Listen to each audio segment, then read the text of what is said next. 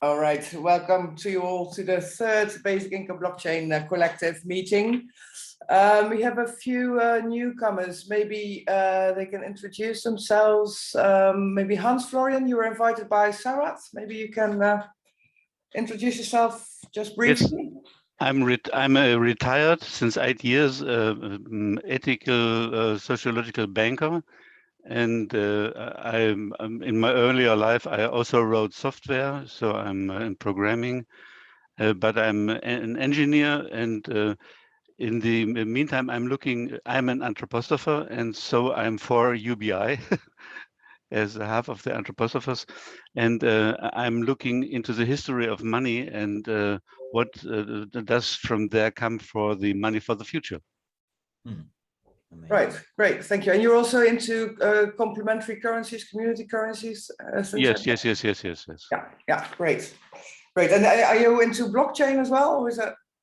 No, I have some coins in my wallet, about 300 euros, only to be in there. But I understand it very well, but I'm not trading or doing something real. Hi.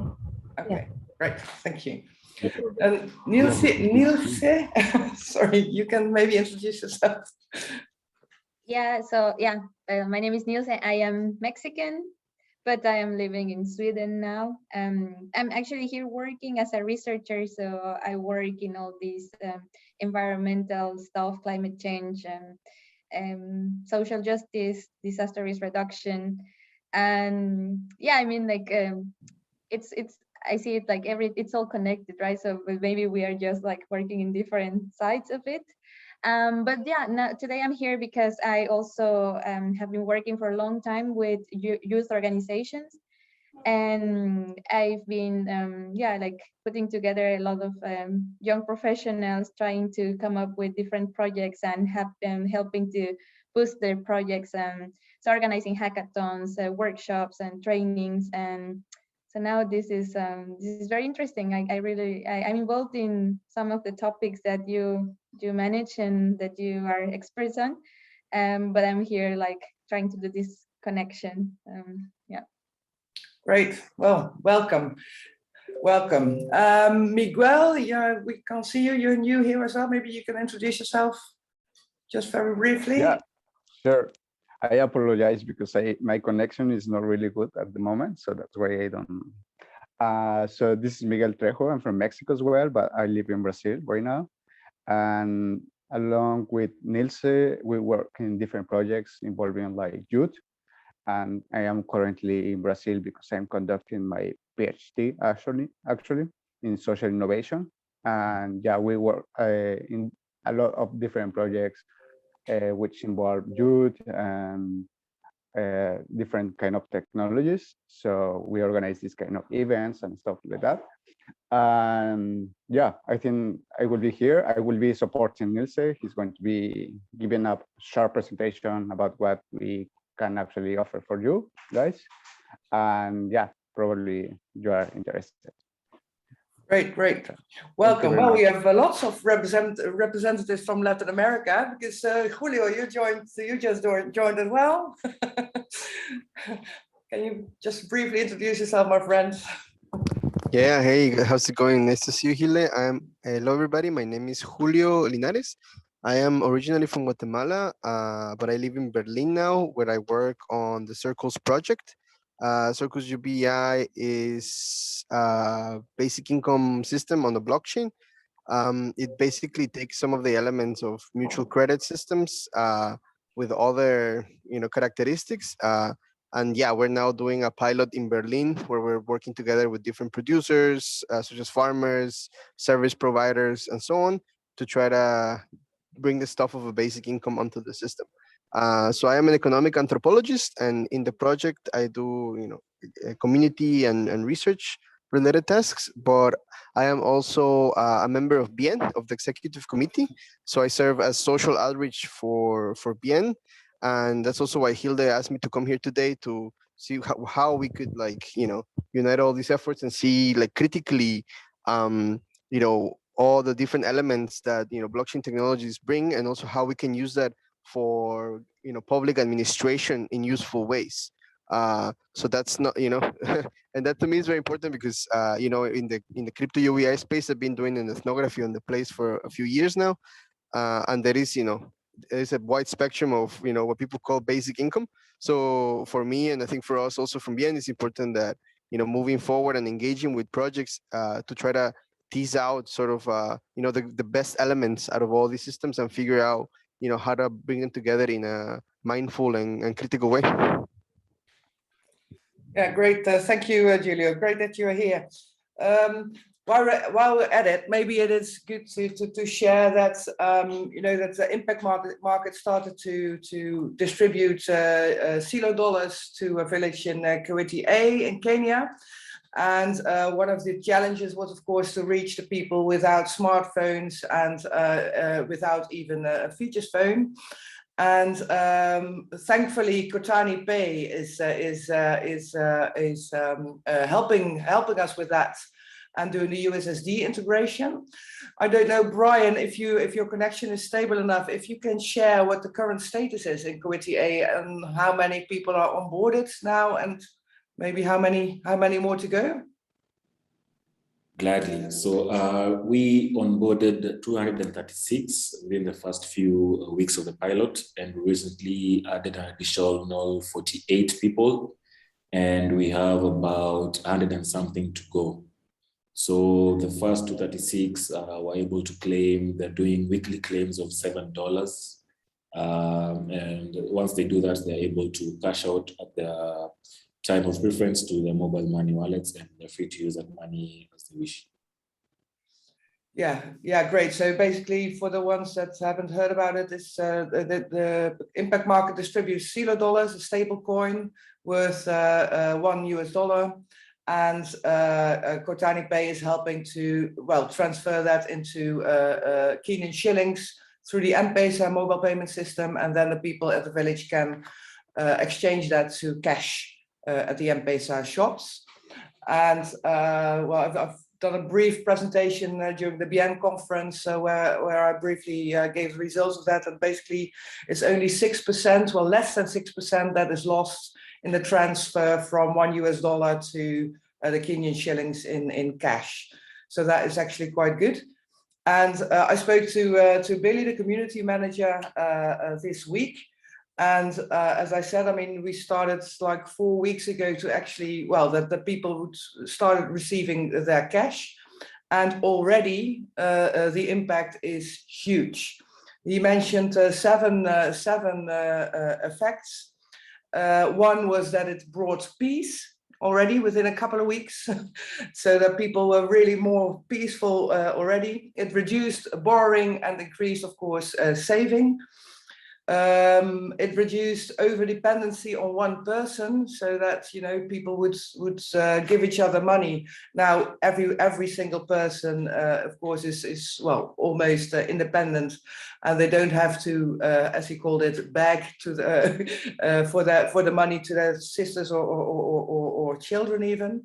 It restored human dignity. People now have the option to say no. And I was really impressed about this one. When politicians would used to come to the village, the people would be queuing up for hours, like 3, 4, 5 hours sometimes, because the politicians would hand out 100 Kenyan shillings, which is $1. And now the people are not queuing up for the $1 for the politicians. What they are actually demanding now is that the politicians come up with real policies instead of $1 to hand out, which was a fantastic result. And of course, people are investing in things like fertilizers and water, so it's really helping the common man and woman, and they are already forming groups to save for bigger investments, like buying motorcycles and animals. So these are the effects. I mean, they are not surprising to me, but within 4 weeks, I couldn't have dreamt that we would see these effects so soon after the distribution of money. So, I mean, I think we can thank ourselves, as a basic income advocates, and making it really happen. And Yeah, so I was really, really, really impressed with that, and I really wanted to share that with you after a couple of weeks already. Are there any, I mean, Impact Market is not here, so they will not have updates yet. Humberto and Anna from Proof of Humanity, I know they do have updates, but they will come, will join us a little bit later. So maybe we can just start with what we have on the agenda. Maybe Aditi, you prepared a presentation about Rio, the refugees project. Maybe I can give you the floor and you can share your research data and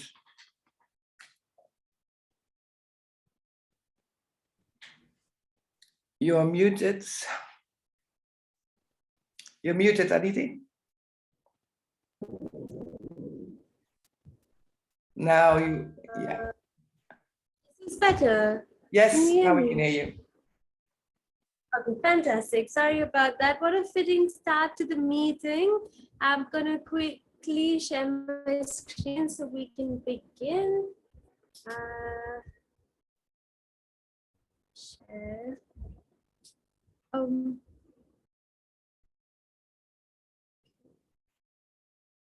problems here. Can everybody see my screen now? No, not yet. Okay. Yeah. Okay. Let me try that again.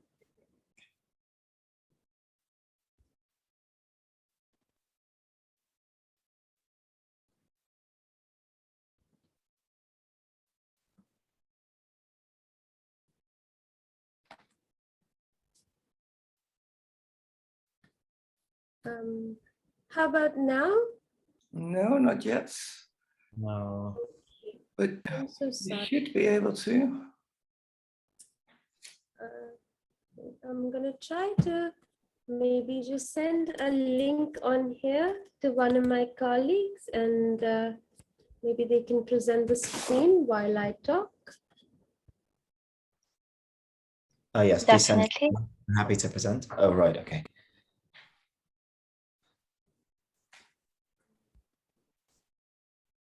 These tech issues never end. Tech is a tricky space to start. Sorry about that. It's okay. No worries.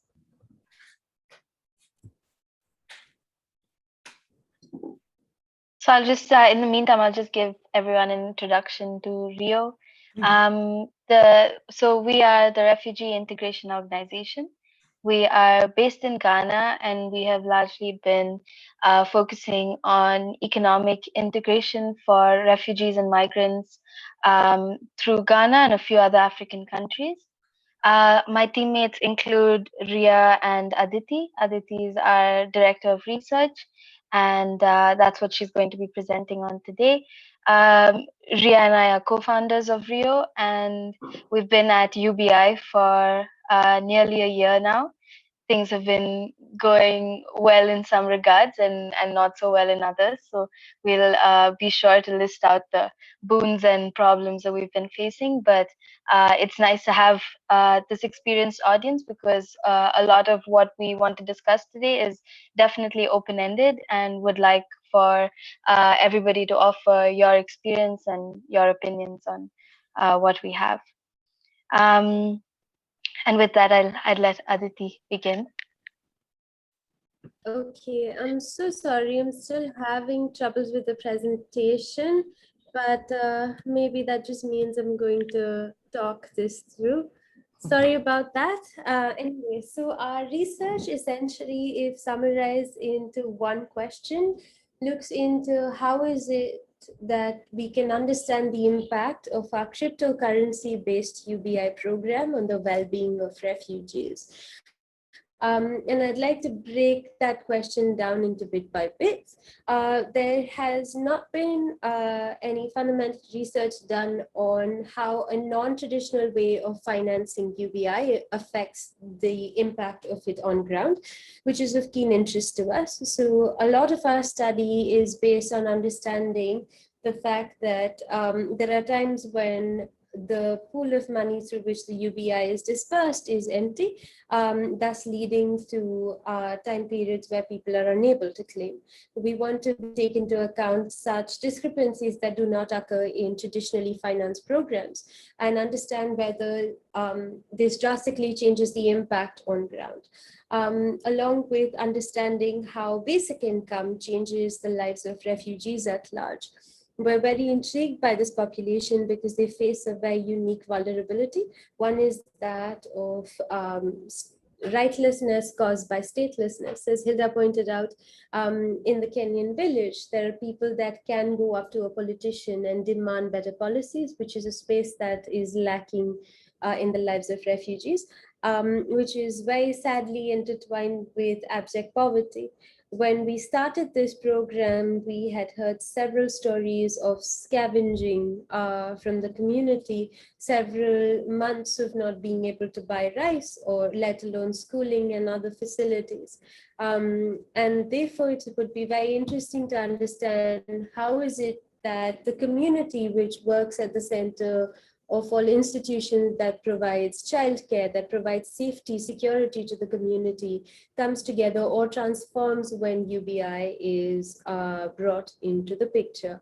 That being said, there are an avenue of indexes that we will be using to study what well-being means. This ranges from physiological to mental health to gender-based violence. We also study health, their ability to negotiate a contract in their workspace, their income, investment, and consumption patterns, along with understanding all of these metrics through three lenses. One of that of the individual, the other of the household as an institution, and the third of the community at large. These are the three lenses through which we study our community. And lastly, how we go about studying this is our style of management is entirely participatory.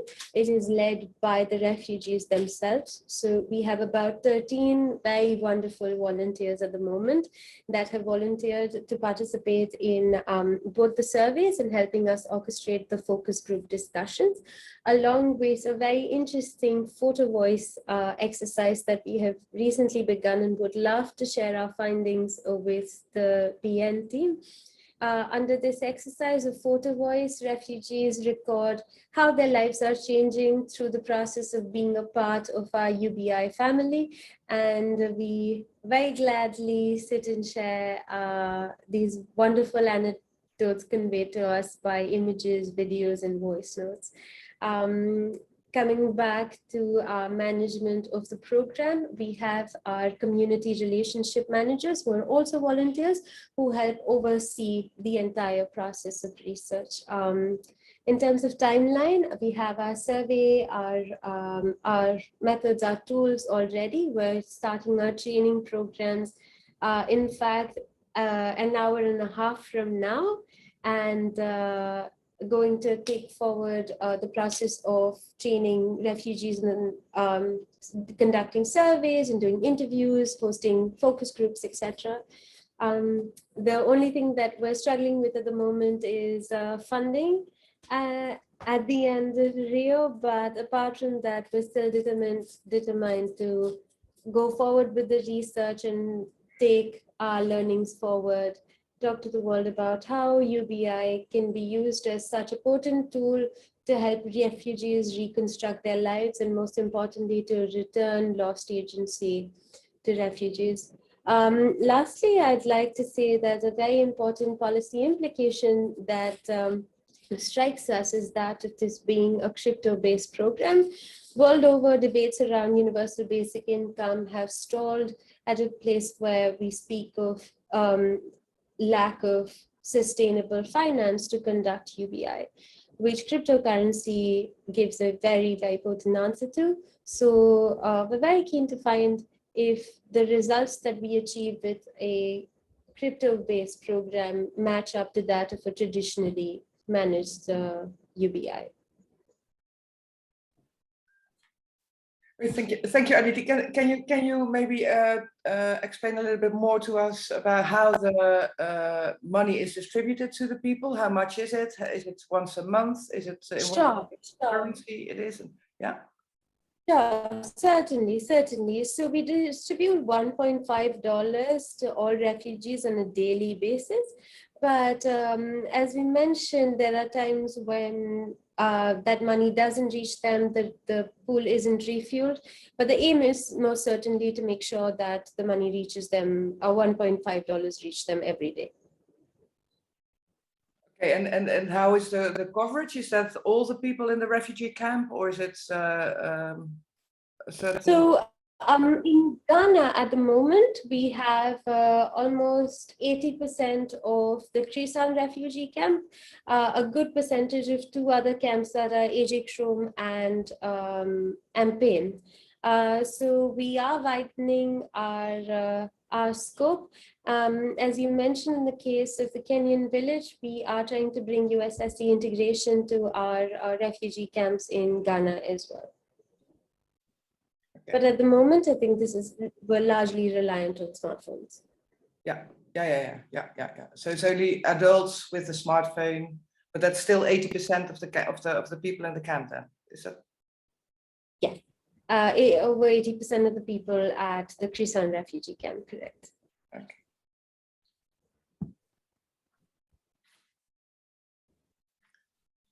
Okay. Any other questions? I have a question. Oh, sorry, I'm just on the place now. I wanted to ask about the actual cryptocurrency. If you could maybe just tell us a bit more about the design of it, because you mentioned that sometimes the market value doesn't reach $1, right? So I was wondering about that, about what is the total supply of the currency and all these different design elements, and also Certainly. So we do use we do use the CELO coin, the same coin Hilda spoke to us about. So it's a stable coin whose value is pegged to the dollar at $1. But the fluctuations that are brought into the program are caused by the fact that the donations, this is, by the way, once again run by Impact Market. I believe that they store their currencies, and please do pardon my technical knowledge on this front. They store their currency in Ethereum and Bitcoin. And due to the fluctuations brought about in these two currencies, there are times when the larger pool of UBI isn't refurbished as often as it needs to be, which is why there are days when some people can claim $1.5 in the morning, but some people can't. So it's not a fluctuation in the value, but just the frequency with which people can claim. And maybe Ina or Ria can speak more to that if my answer wasn't enough. No, you got it.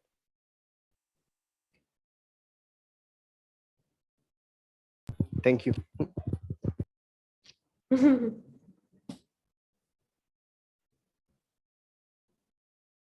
So basically, if I got it right, it's that you use Celo as a stable coin, but then the issue is that because Impact Market runs the project, and then the backing of Celo is done by Bitcoin and Ethereum. And then the issue is that sometimes people claim the money and there is not enough money for everybody, so you have to wait a bit. Is that what it is? So you said that it's not the fluctuation of the price of Celo, but the sort of the amounts that there are actually. Correct. Perfect. So which is why there are certain days some people can claim $1.5 while some others can't. But sorry, please go on.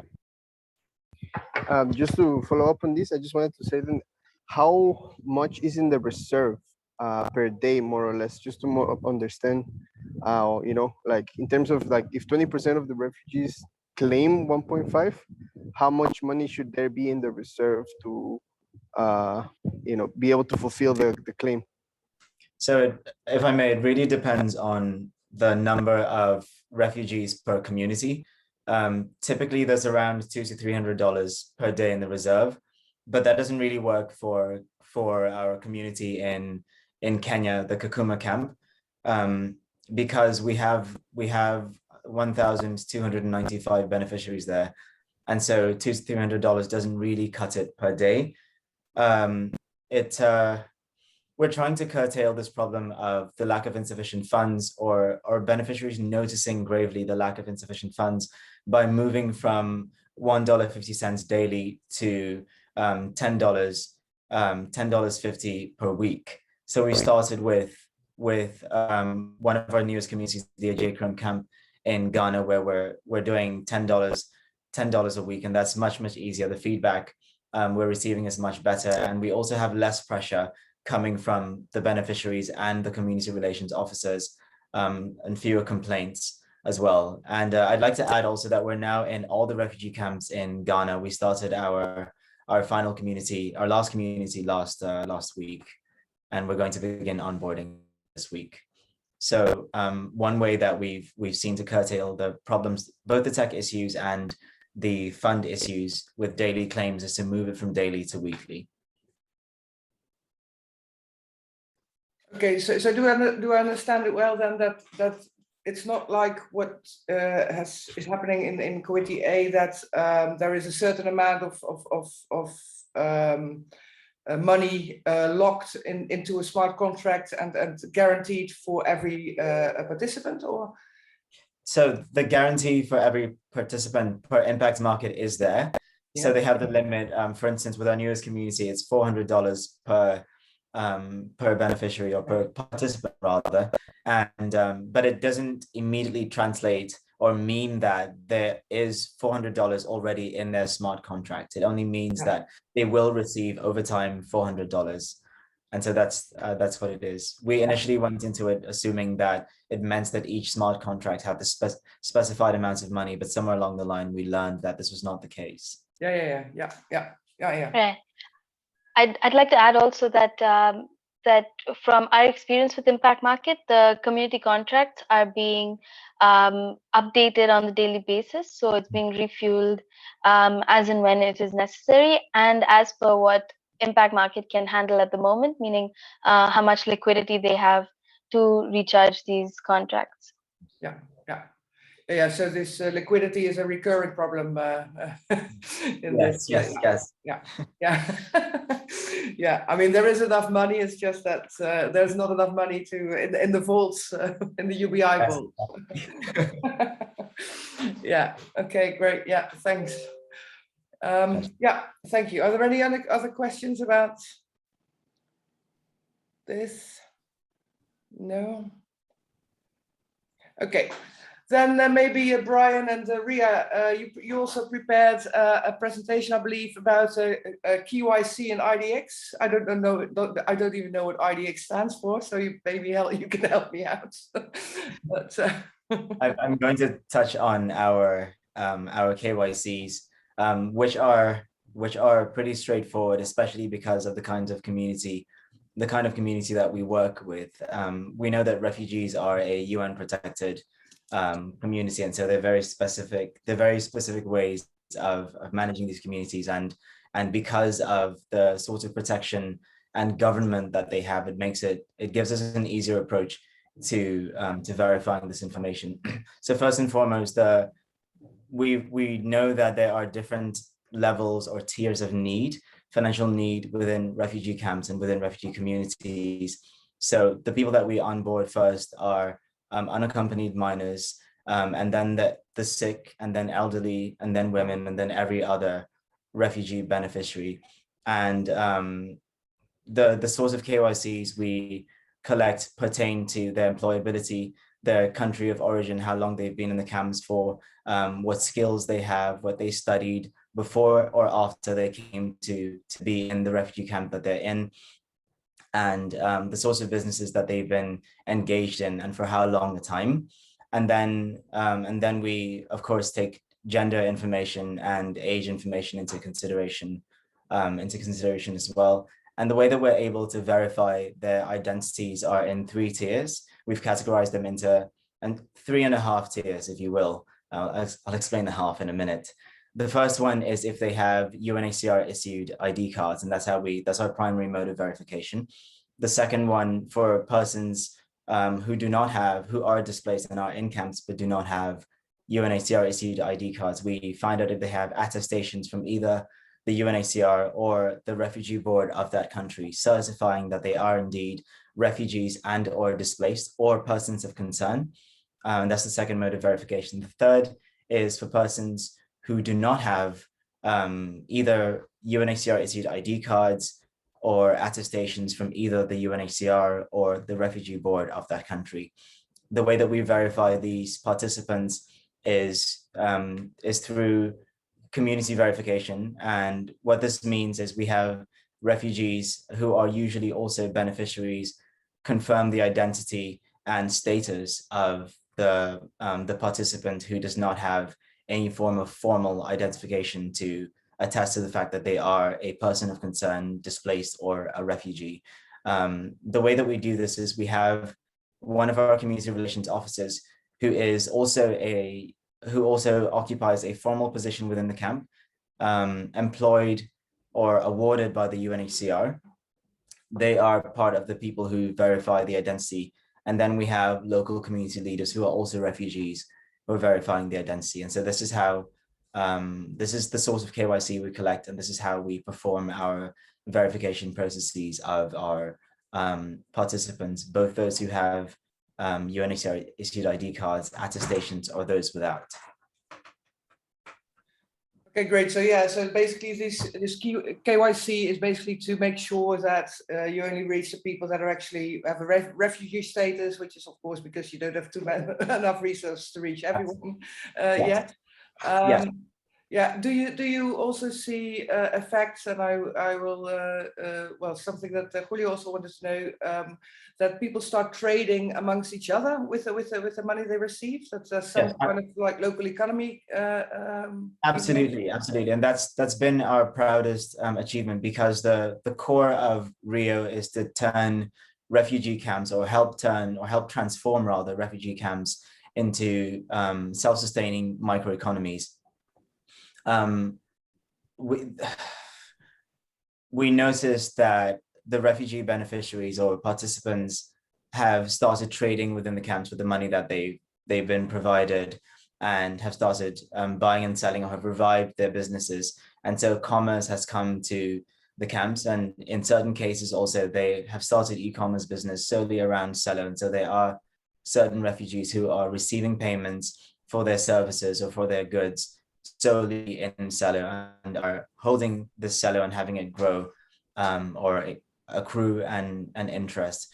And so there are several microeconomies that are popping up around the refugee camps that we're working in, and which is also why we're collecting information such as the skills that they have, and the kinds of enterprises they have been involved in, and the kinds of enterprises they wish to be involved in, so that somewhere down the line, as well as we become more resourceful, we're able to tailor the UBI and skills training for these kinds of industries that they'd like to go in. Because the crux of the matter also is that refugee camps were never designed to act as long-term solutions to displacement. They were supposed to have been short-term, but somewhere along the line, these camps have been there for decades and decades and decades. And people are living in destitution because there hasn't been provision for microeconomies or for enterprise or that sort of thing. And so what we're trying to do is to foster the creation of sustainable microeconomies amongst the refugees. And so, yes, absolutely, that has started to happen across nearly all the camps that we're working in. Yeah, great. So basically people are starting to use the Silo dollar for their transactions. And is that on the side of the national currency? Yes, that is on the side of the national currency. So presently, a great many of them are not receiving any stipends from any organization. And a lot of them also, especially with the advent of COVID, have lost their businesses, or because they are single mothers or single fathers, are not able to go out and work. And so this has really been a great help for them.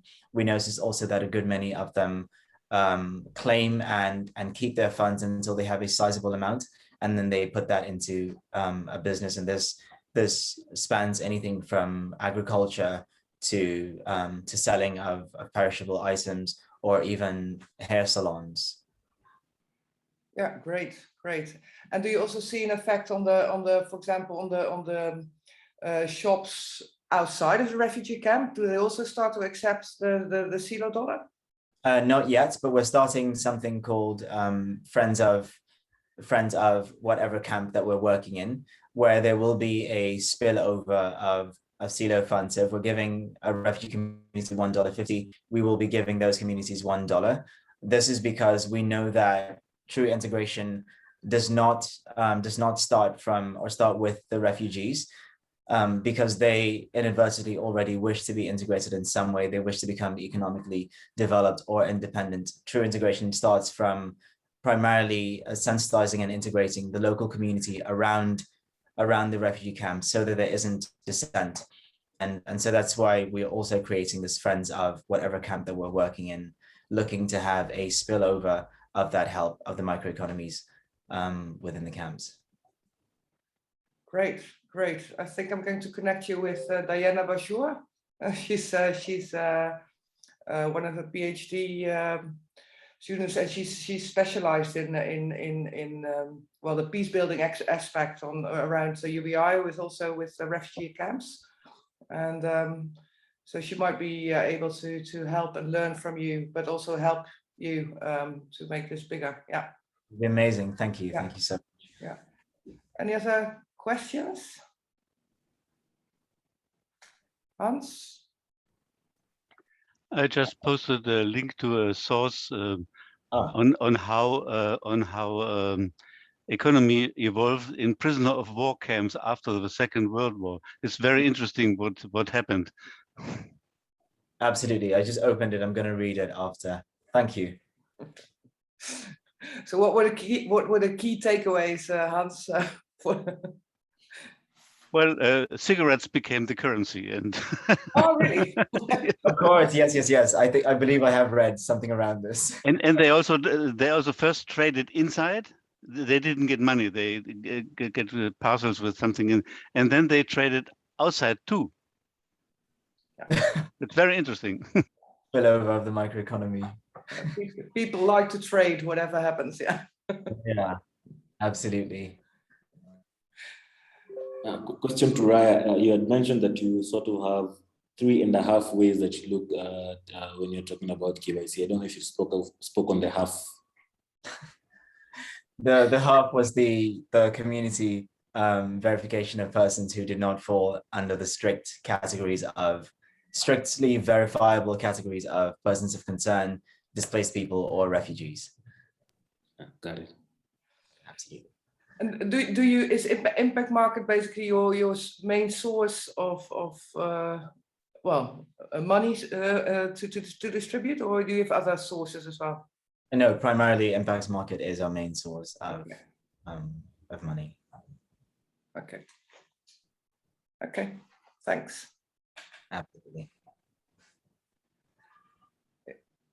If there are no further questions for now, then I'd like to welcome Umberto, who just joined us. Hi, Umberto. Hello, do you hear us? Hello. And Anna, yes. Hello. Hi, welcome. We are live from the Crypto Commons gathering in Austria.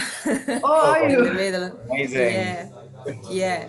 And it has been really an amazing time, like, because we have connected with different projects. Like, we also met Julio, who is here from Circles, and we're very happy to see him here as well. So we were discussing with Julio, for example, the possibility of a shared marketplace that could accept the different UBI tokens to purchase things, because as we understood, it's better to work all together, and the tokens get value if we merge them all together to buy something. Other than that, we have had some very inspirational talks with other realities and projects that are going on, because we were thinking that a way of bringing on initiatives for the UBI, to bring the UBI project further, could be crowdfunding. So there is this Cafecito crowdfunding option that we were thinking about, but then we got introduced, like Humberto is going to send the the link for Cafecito. Then we found another option, which is even better, and all of you could join to crowdfund your initiatives. And Umberto will tell something more about it because it's a new project and we think that it has a lot of potential. Yeah, so cafecito.app is an Argentinian website where people can give coffees as a tip for people doing whatever they are passionate about. So it's gift economy.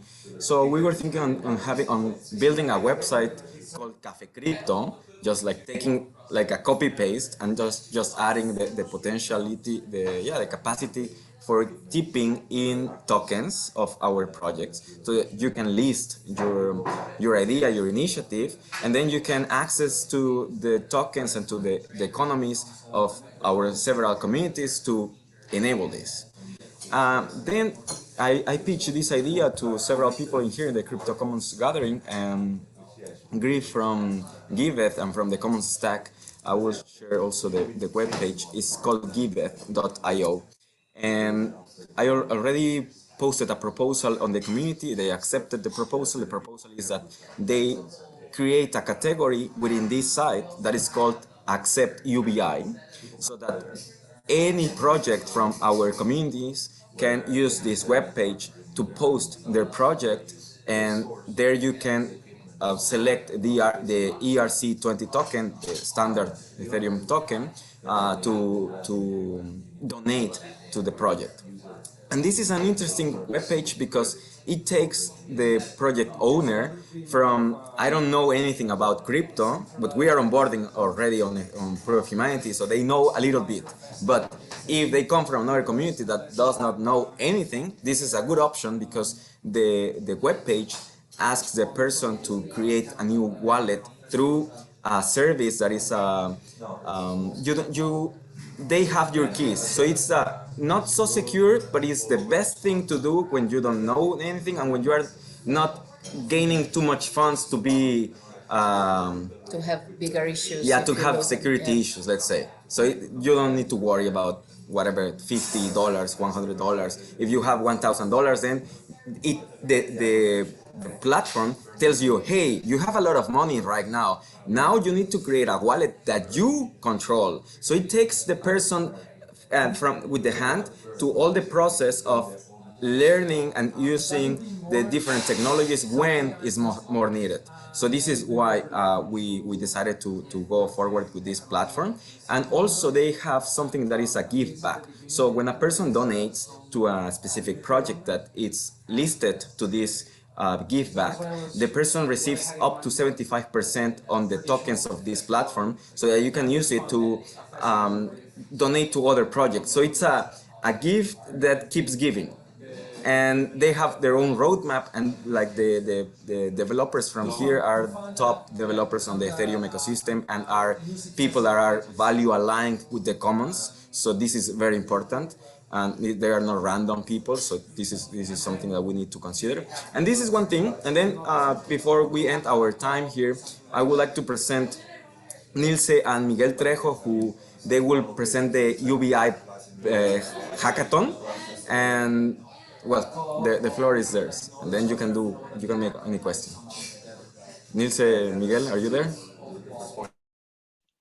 Yes. Hi, Humberto. Nice to see you. We were here since the beginning, so we already kind of introduced ourselves, but we prepared short presentation for you. It's like so it's more about what we have done and maybe what you can expect from us to help you with. So it's nothing like yet on the topics of this, because we need all of you and a lot of feedback and other kind of stuff. But I can share screen and then briefly introduce and show you. Okay, wait. Let's see if I don't get sabotaged by technology as usual. Okay, here. I can't see. Well, here I think. Share. Can you see my screen? Yes, we can. Okay, so yeah, so we were talking with Humberto a lot about this, like how we can join efforts for trying to help you with our expertise on what we have done for hackathons. We already told you a bit about like before we have worked with a lot of other networks and youth people, but not also youth people, but also other organizations that want to boost and also to get to be known from to other sectors. So we have been this bridge between youth and like young professionals and these other institutes and organizations that want to do this. Yeah, I like both of them. It's a win-win, right? But then sometimes we are very isolated and in silos that we just keep with our community and we don't know how to explore further or get to know further. So it is a brief outline of what do we do, who we have worked with, and how we think we can contribute with you, with the network. Who will be organizing this in case like this becomes true, and how much more or less like we are thinking. So this is us. It's not only us, but the ones that are today here. Miguel, that he already introduced himself. He's in Brazil. This is me with another hair color, but yeah. And younger, but yeah, I have to update my picture. So yeah, what do we do? And so these are some of the pictures that of previous hackathons that we have carried out. Like we have done now with the pandemics and all this whole situation that has changed a lot. Before we were organizing these hackathons that were in person, and we would have different let's say systems. So we could have the like the hackathon that more like most of us know, like everyone is in the computer and, like just trying to do some technical stuff and programming and that. But also we coupled it with a lot of like social science. So it was more like, okay, you are the person that knows about technology, but then I have this problem. I don't know anything about technology, but I have this problem or this issue. And I think you with the knowledge of technology can help me to reach a broader audience, or like, so this is like the two topics we were joining, and they were very, very broad.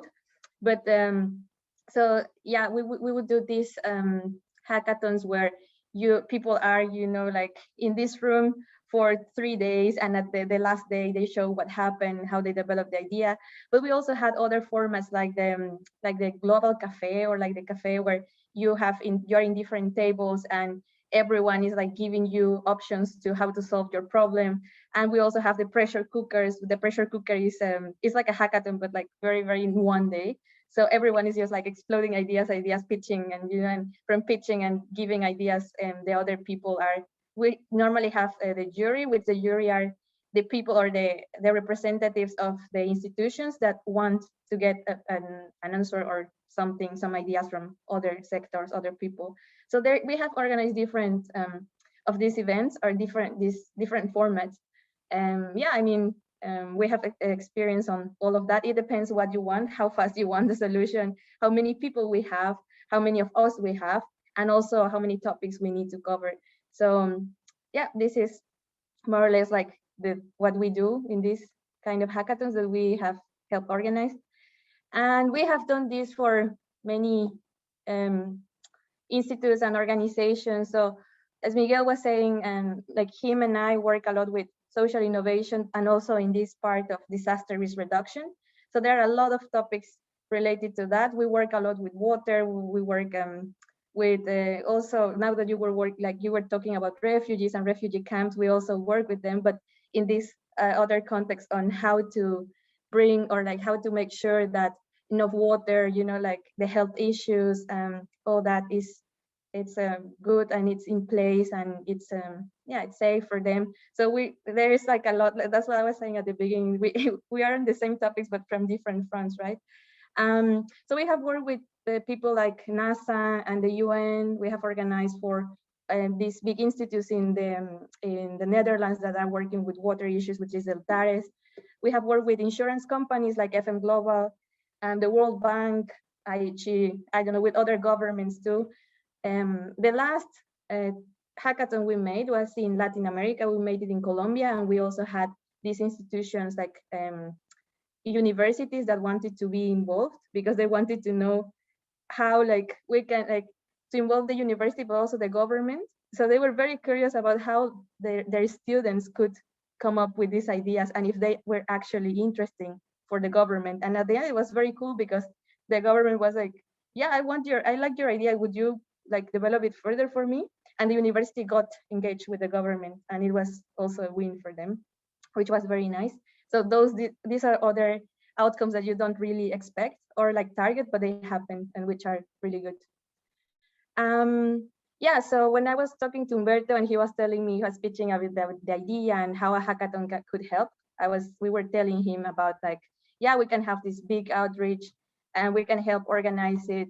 We will need a lot from you, like not like a lot of, maybe not more on time and not a lot of that you have to be very invested in it, but more on like understand what is it that you would like to solve, or like what are these issues that you would like the fastest to have an idea, a solution, and what kind of thing you want. You want a product, you want just ideas, you want to know more like faster on the situation, on the place you want to start working on, or you want to improve something you are already doing, you want to test.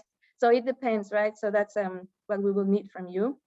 And the rest is like, we can just like organize it and put all the skeleton on it and say like, okay, you need to do this, you need to do that, and yeah, just coordinate all that stuff. And for that, with what we have done both in person and in online, we always need the coordinators, which will be Miguel and me. Then we need someone to be like our partnership focal point, because this is something very important for us that has worked a lot good in the hackathons, that you need these partnerships to be very strong. So you have the ideas, but the other partners have maybe resources, or they will help with mentoring, they will help with budget, they will help with even with food. We have had people that are like, yeah, I can give you food, but can I be there to see how it works, how it's like, I just want to see the results of this, so they will give us some stuff. But of course, we need someone that takes charge of that, because that's also a big job. It's one of the, I would say, one of the biggest parts. One is the coordination, the other is this person that is in contact with all the partners, with you and external partners, internal partners. Then we need a graphic designer, a communications focal point, which is the person that's going to be like organizing all these visual stuffs to capture the attention of others. And yeah, to have this web page where we will have the registration, or if it's not a web page, but at least like to have ideas on how we can enroll people, or have a bit more of a coordinating and organized way of the participants and the mentors and all that. And the IT focal point, and yeah, the web developer now, because if we are not doing this in person, then we need these two people to be like very close to us, so everything runs good or smooth. And yeah, so yeah, and that's about it. We were saying like, with what we have done before, we need at least 2 months to organize everything. So it would be 2 months of organizing stuff. It requires a weekly meeting with you guys, or with the person that you assign for being in contact with us and to be sharing the ideas or the concepts, and yeah, just like to put your mind there. And yeah, the other activities are, we have to map the partnerships, to contact them, design the web, set the IT details, do that campaign, and until we go to the event day, which usually is 3 days. We don't advise more than 3 days. And now that it's online, it's also very complicated to have people committed more than 3 days. Even like 3 days is a bit long, but it worked in the 2 previous that we did. And yeah, and after that, we always have a feedback meeting with the results and with some statistics, and just to chat among us what we felt and how we felt it went, if we want to replicate it, if you need from us to do like this kind of like guidance book, so you do it yourself or we do it again, that kind of stuff. And yeah, this is like more or less what we were saying about the budget. For like, we were only thinking about the coordination and the partnerships, which we have always like, yeah, we more or less know about the price, but the other people like the IT and all the web, maybe it could be someone from even from your organizations, or yeah, maybe we already have these resources. Maybe the partnership coordinator can also come from any of you who has experience. But yeah, this is more or less about it. And yeah, let's if you have any questions, or Miguel, I don't know if you want to ask anything first. I would just want to make a wrap up really quickly, more like a call to action. So we need to assemble this team that Nilce is saying through a cross-organizational fashion, as she was saying at the end. So for example, if somebody from us can put the person for the IT, somebody else can put the person for the website designer and so on, so that we all make this cross-organizational working group, because the idea of this UBI hackathon is that we can learn, we can launch it, learn from it, and repeat it in another country, so that we can cover the whole world, because every context is different. Even if the technology, it's a public infrastructure like blockchain or others, but the application will be different. So this is why it's very important to do it in the hybrid way, as she was saying, with the universities. So the universities attract the local people that know the context, and then they can create it. And she was telling about, like, we will require like the time of you here, because we will require mentors, and we will require people that have the understanding of the UBI challenges more than what the people can see through like say a normal citizen, and the technologies, and like each of the modules that we cover here. And well, also one thing that I wanted to say is about the fundraising, and I saw that it was in the general agenda. In Improve Humanity, we are forming a team for fundraising that is also cross-organizational, and we are going to make an alliance with the Commons Stack. The Commons Stack will put a person into this fundraising, and we will put another person, and it will be very nice if we could make this organizational working group of fundraising to help different initiatives, because there is a lot of money there, and we just need to tap into it. And it will be better if we make a common agenda, so that we can prioritize based on the goal, and not based on our organizations, based on the goal of ending poverty, based on the goal of helping the people, and not only because, well, my organization is first. No, that's why we need these cross-organizational working groups.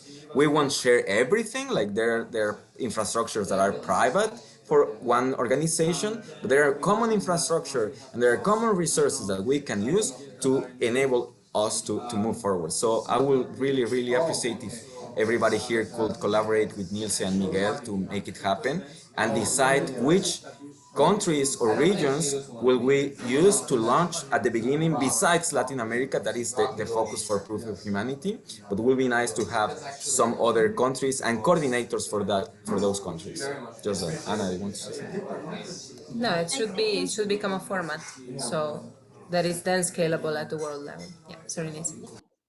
Yeah, exactly. And that's why I was saying, like, this part of the partnership, it's one of the what we have found is that it's almost the core of organizing these hackathons, because it depends, like, if we work good as the coordinators, but also as the internal collective, then you can say, like, yeah, I have a contact here, a partner here, and we also have contacts around the world.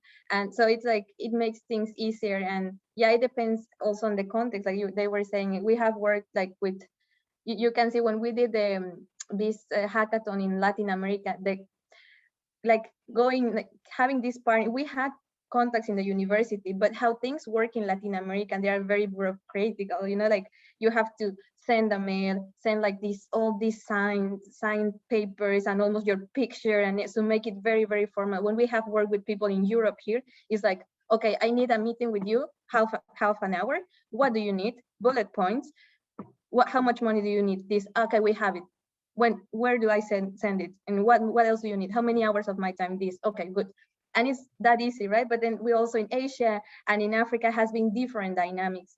So that's why we also need to understand the context, and the partnerships are very, very, they can make things easier. If you have already a partner in some institution, they know how it works. So we don't have to be figuring out, like, do we need this, do we need that, how we talk to them, very formal, very informal, who needs to talk to them. Maybe they don't want to talk to me because I don't know, like, I'm not representing any, like, fluffy, very well-known international, but if you are, they will be more eager to talk to you. And so it's all these dynamics that are behind.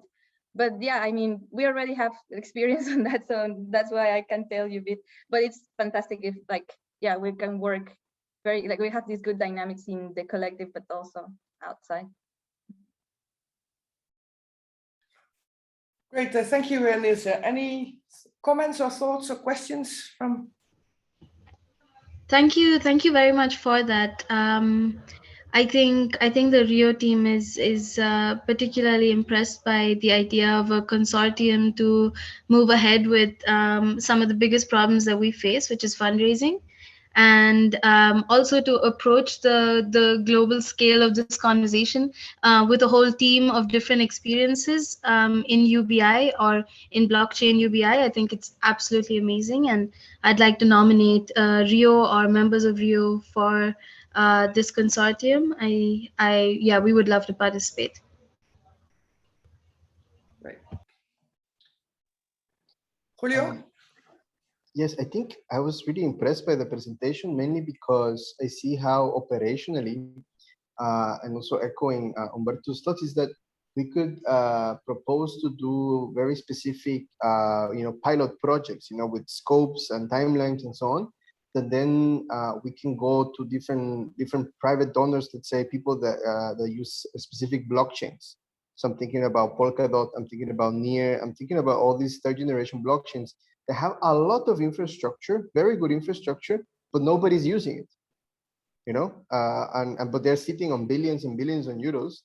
And if we can come to them with a very clear ask and say, here, listen, we're going to run a pilot. We have our team that can organize and manage it, do the coordination, that it's very situated, that we can work with local governments, with universities, and so on, and we can do research on it to prove that it can work. Then they can provide the funding available, not just to fund the labor of maintaining that, because that is, of course, that is needed, but also to say, for example, talking about the basic income pilot that happens in Korea, whereby people get a local currency, and then the businesses that accept the currency get then redeemed with national money from the government.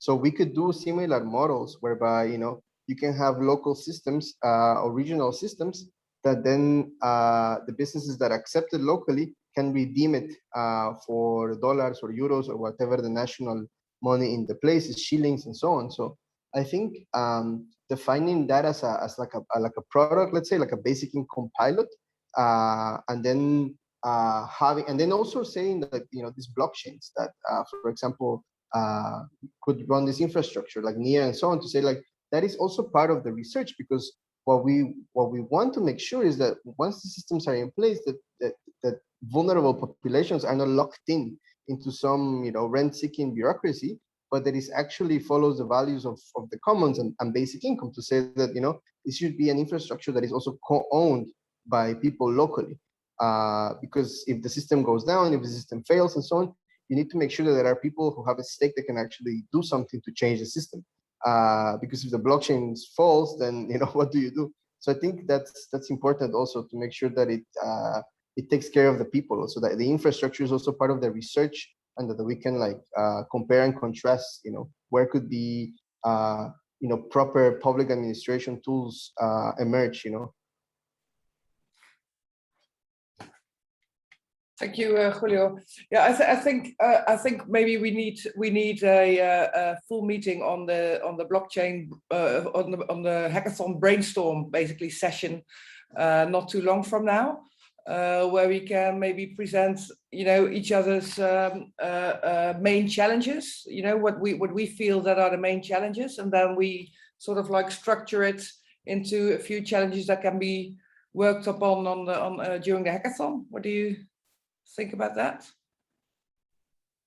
Yeah, also for us, that's one of the first steps to put together the institutions or the people interested, and then so also among them they express what they are looking for, or what they are, this what you were saying, right? Like what I need or what I feel it's urgent for me to solve now, because sometimes even among you there are common topics, so then we can put them together and it's like, okay, this is a common topic from all of you, we can work only on that, or from there we can also work on smaller ones. And that has happened before, you think and I have this issue, but then it's common among, so it's very nice to have this this discussion, and from there we can start also mapping. Yeah, because would you prefer it to take the perspective from a country or from the themes and topics that we are addressing? I think topics is good because also you have the common topic, or you have a topic you want to explore, you want to get solutions or ideas from others, and then you can compare. If you put like the same topic into a context in a Latin American context, but in an African context and Asian, you can see the different, like how people from different contexts can solve it or how they can approach it, and that's very, very rich because then you understand, you know, different ideas. And yeah, it's not like maybe here in Latin America, because there are limited resources or they don't know about the topic, they have very small ideas, but other countries or other people where they have more knowledge, they have more advanced, or I don't know. It's also like, when I think about this, like I'm not as in deep learning, or I don't know, like as you are in blockchain. So one thing for me is like, we need to humanize this, because people, when they listen to blockchain, is like, that's for people that know a lot. How can I contribute to blockchain? I don't know how to program. I don't know how to, like, I have problems with sharing my screen in the computer. How can I think I could contribute to this? But if you humanize it and you say like, okay, the purpose of this is that you have this basic income. How do you think you could trade this? Or would you trust this coin? Would you trust this wallet? Would you trust if I give you money that maybe you cannot understand how it becomes from digital to actual things? So humanizing it, it's also going to open this discussion a lot. And I think it's going to make people more interested. And that's why we also like working with universities, because students, if they don't know about this, if it's not like humanized, they wouldn't do a thesis on this, right? They wouldn't even explore it. And if they start doing it, they can start telling their friends. And so it's how it starts going out. So I don't know, that's also like something I really like. I would say, like, I think you can use me as, you know, as this human that kind of knows but doesn't know, but it's interested, but would like to save the world, but it's trying to know how. So it's also nice to be like this in this group. Mm-hmm. Great, thanks. Anyone? I'll just suggest one thing, that in the next meeting that we have for the hackathon, the people that attend are people that would like to have the hackathon apply to their country or region or cities, so that we can immediately start working with you as organizations. So that would be the thing that I would suggest. Sorry for the noise. Oh, that's okay. That's okay. Well, our personal Mission Possible next country is going to be India, so that's that's going to be a challenge. So, yeah. Anyone? Any thoughts? Hans, maybe you, as a relatively newbie. I mainly have to understand it, but generally I'm in line with your thoughts. Great. So what shall we do then? Shall we basically let this sink in and, well, formulate a few proposals for ourselves and plan a meeting in what, let's say 2 weeks time to really like discuss this in further depth? Is that a good idea? Absolutely, absolutely. I just want to say I especially like this idea of creating some form of a consortium. And I think in the back of our minds also, we should be thinking of other ways in which we could do this to approach and attack other things, because we have a breadth of knowledge and information and resources individually. Imagine if we grouped all of that together and came at different funds and different projects in different regions and different ideas together, we really would be a force to be reckoned with. And so I think in the back of our minds, let's continue to think about different ways in which we can create consortiums to attack specific issues. Thank you so much for suggesting that. Yeah, great. I mean, this is what this blockchain collective is all about, right? To share knowledge, resources, and yeah, we're also aiming for this. We're all aiming for the same goal, which is get the damn money to the people. It's that simple.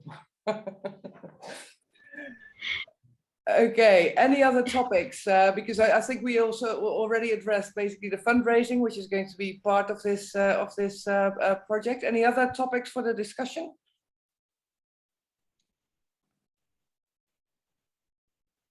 No? then I think we just leave it like this, and we will plan a meeting in 2 weeks' time, so that everyone can think about this and think about the topics that we want to try to solve during a 2 to 3 day hackathon, and how we can contribute ourselves to those problems and to the hackathon in general. Is that a good summary, Nielse? Nielse? Yes. Yeah. You nailed it. Yeah. Great. So it will be Friday in 2 weeks' time then, same time, same place on Zoom.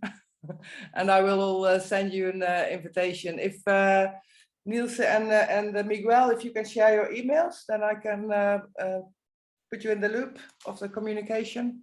And all the others, I do have the communication, I think. Yeah. Just one more thing. So we are doing monthly newsletter at the moment for Proof of Humanity, but it would be really nice to have news from other UBI projects so we can use it for our newsletter and spread it around. So whoever has something, you can put maybe our email from UBI. We will put our Gmail there, and you can reach out, and we will include your story, and it would be really nice to spread the love about the project. And that's one thing. And the other thing is that we're starting a podcast, well, different podcasts. One about governance, one about identity, and one about UBI, and one about synergies. So the synergies one is about any technological project that can have any potential breach with Proof of Humanity, so that the Proof of Humanity community knows that there are these solutions going on there, and the people imagine like potential integrations, and from them they start developing these integrations rather than centralizing the product development, so that it's just like, hey, you know that this project exists, and do you like it? Good, that's it. That's the podcast of synergies. The other ones are experts like you, for example, around UBI, to have interviews in a engaging way, so having fun, but at the same time exploring topics that we find interesting, and that also can, I would say, educate. I don't know any other better word to educate the whole community regarding UBI, for example, or regarding identity, or regarding governance. And well, I would like to invite you also. I will put you the calendar here, and when you we can discuss the topics that you want to talk about. We will make this podcast every 15 days, one in English and the next one in Spanish, and the next one will try to cover some topics of the previous one, just to be inclusive. So, well, I know all of you here speak English, so we can divide them like that. And yeah, so you are invited to do this. And we will put our webpage of ubialliance.com, because this is like the community from Proof of Humanity that is proactive, doing things on Proof of Humanity. So it's not the core team, and we were named UBI Alliance since like a while, like, I don't know, 6 months ago, and then it came from here, the UBI Collective, Blockchain Collective. So it's a nice integration, different names, Collective Alliance. But the idea is we are going to put an aggregator of UBI projects, so that the people that enter to Proof of Humanity can also know about your projects, and we can directly link them to you. So we can talk later about this, about working groups, so that we can onboard, like the time and effort that takes to me to onboard somebody, I can also directly tell the information about your projects, for example. And we can put all in that web page, and this web page will be, the domain will be on Ethereum, so we can have it in a multi-signature rather than I owning the domain. So this is an innovation that we are going to try. Only a few projects have this, and this will allow us to have censorship resistant on the front end, on the interface. So if I become a bad actor, you can still make changes to the front end. And this is why the consortium will be needs to be done. And we can talk about this later, but I just wanted to give you that we are advancing on this. Okay. Great, thank you, Humberto. You can sense that you have more free time now. You finish your thesis. Great. Right. Thank you all, and see you in 2 weeks' time. I will send an invitation and the link to the recording of today, and also the chat. I will send it to you if you haven't saved it yourself. And I will see you in 2 weeks' time, same place. Thank you all. Bye bye. See you.